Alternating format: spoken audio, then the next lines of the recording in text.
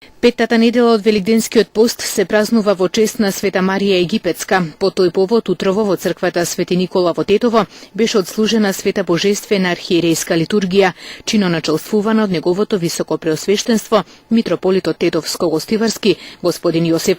Марија Египетска во својот живот соединила и пројавила две крајности: бездната на гревовите и височината на побожноста и добродетелите. Во својата младост, заробена и соблазнета од порокот, 17 години поминала во грев, но со силите на Божјата благодат повторно се вратила во црквата. Во Светата црква оваа недела се нарекува недела на Марија Египетска. Нежиното житие извира со безборни примери како Светата Марија Египетска била голема грешничка, но како таа се спасила, токму преку коработ, преку црквата на спасението. Незиниот пример треба секогаш да ни биде пример како треба да живееме и како треба да се каеме. Токму затоа Светата црква ја ставила во текот на постот да не даде пример и да се угледаме на незе како треба да се покаеме и како треба да ја постигнеме крајната цел, а тоа е спасението на нашата душа. Но внимавајте, постот не е само пост телесен, пост во храна и да се воздржуваме само од храната.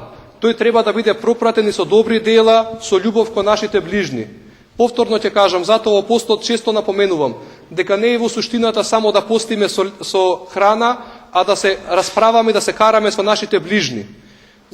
Таквиот пост нема да му биде угоден на нашиот Бог. Но постот треба секогаш да биде пропратен и со добри дела. Значи апостол Павле вели: што ќе ми е верата ако не правам добри дела?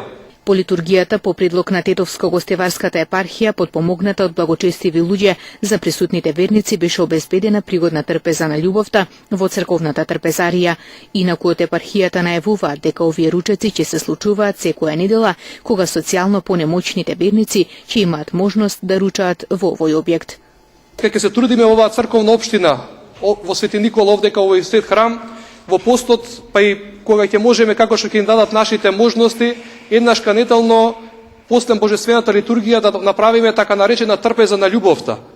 Во Стариот Завет наречена агапи, значи трпези на љубовта за оние кои што навистина сакаат да дојдат и да што не можат или што немаат да дојдат на трпеза за да се подкрепат.